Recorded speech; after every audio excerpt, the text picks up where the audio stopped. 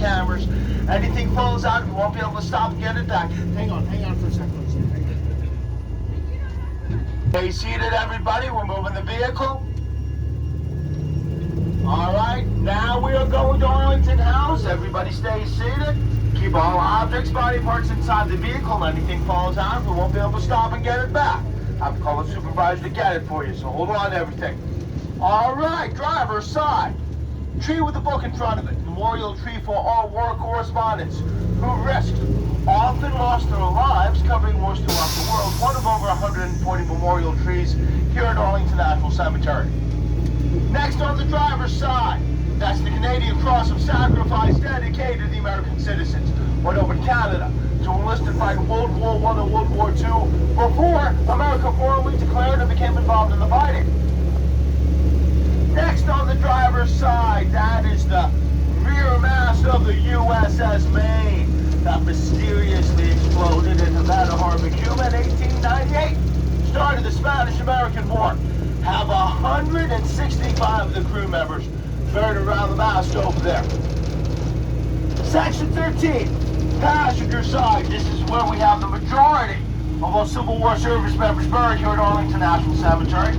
Have over 16,000 Civil War service members buried here at Arlington.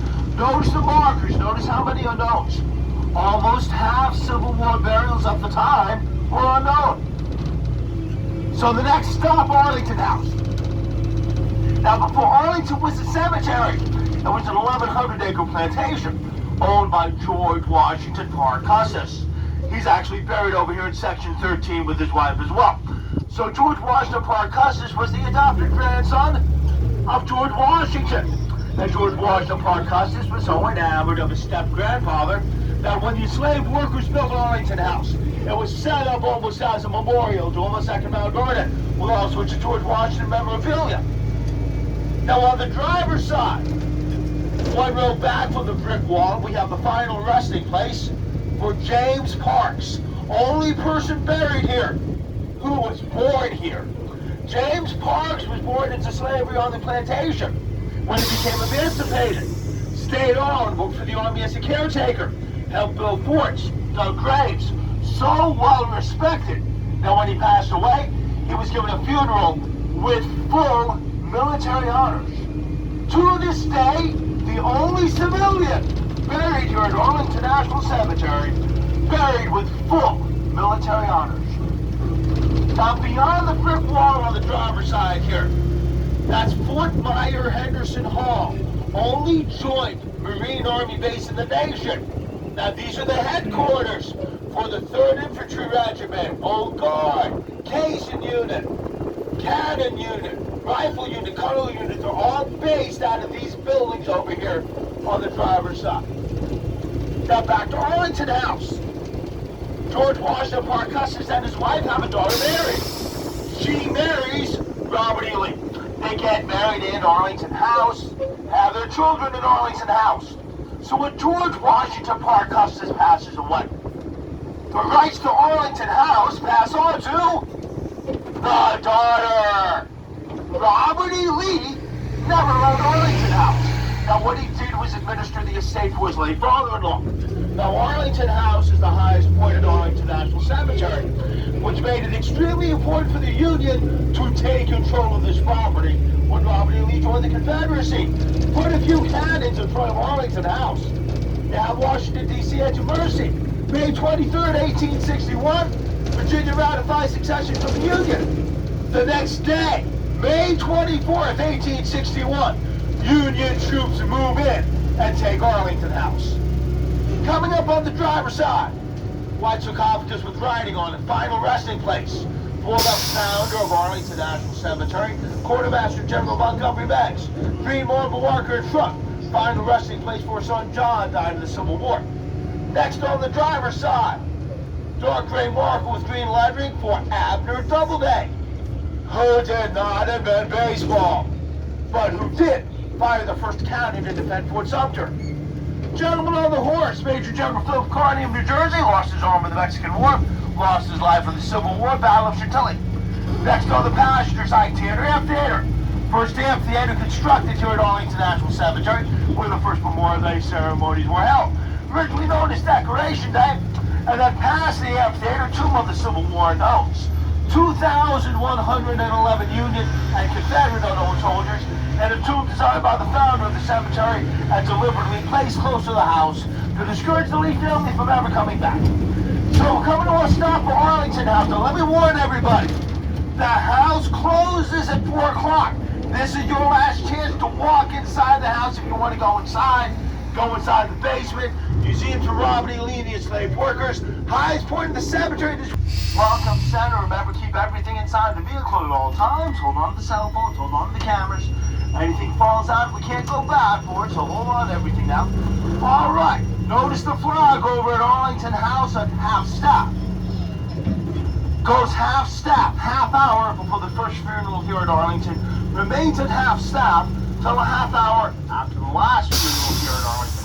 So remember, everyone, we have 18 funerals here at Arlington National Cemetery today.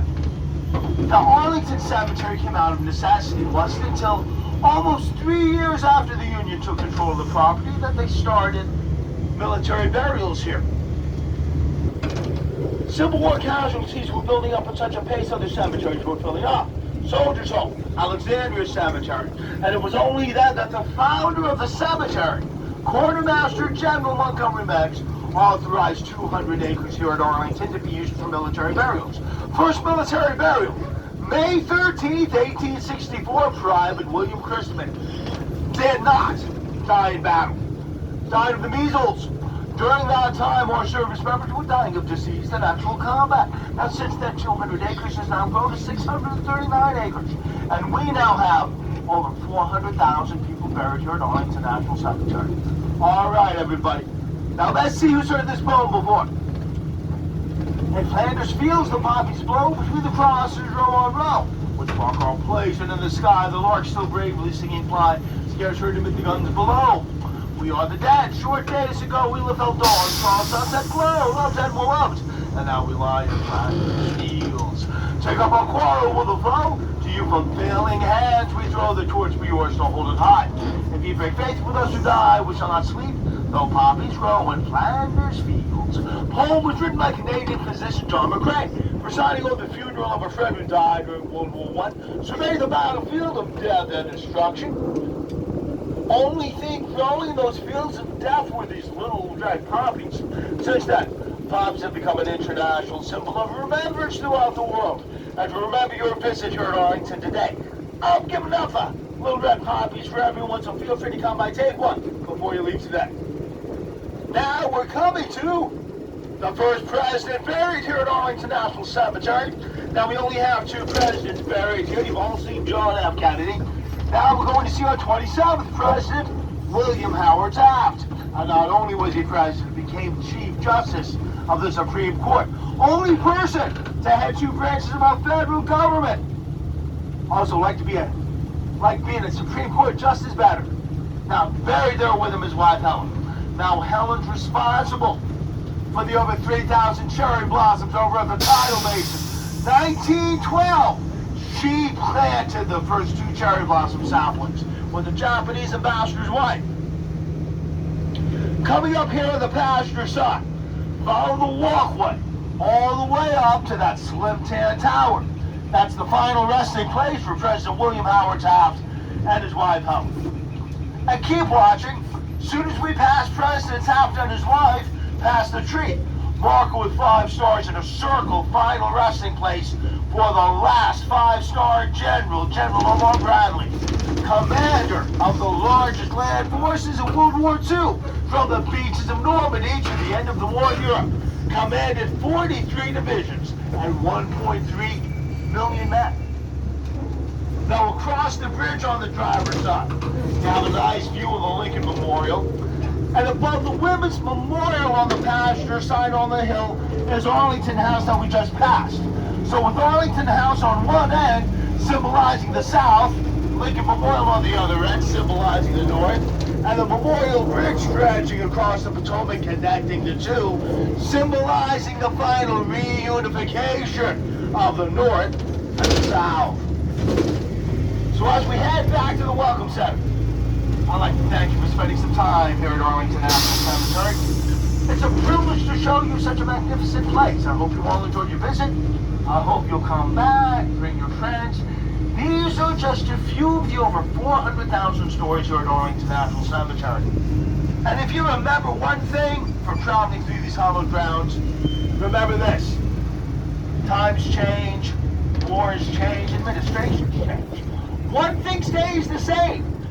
The salvation of this country has always been and continues to be in the dedication, the courage, and the sacrifice of those who serve and the families who serve with them. And for that, they deserve our eternal gratitude. I'm your narrator, Fitz. This is our great driver, Marcia, getting us through this cemetery safely. But as you can see, with all the activity going on, not an easy thing to pull off. And thank you for spending part of your day here honoring our heroes at Arlington National Cemetery. Take a moment, make sure you have all your personal items with you. Wait till we come to a complete stop. I'll be over here with the poppies. And enjoy the rest of your visit here in the DC area. Thanks for coming, everybody.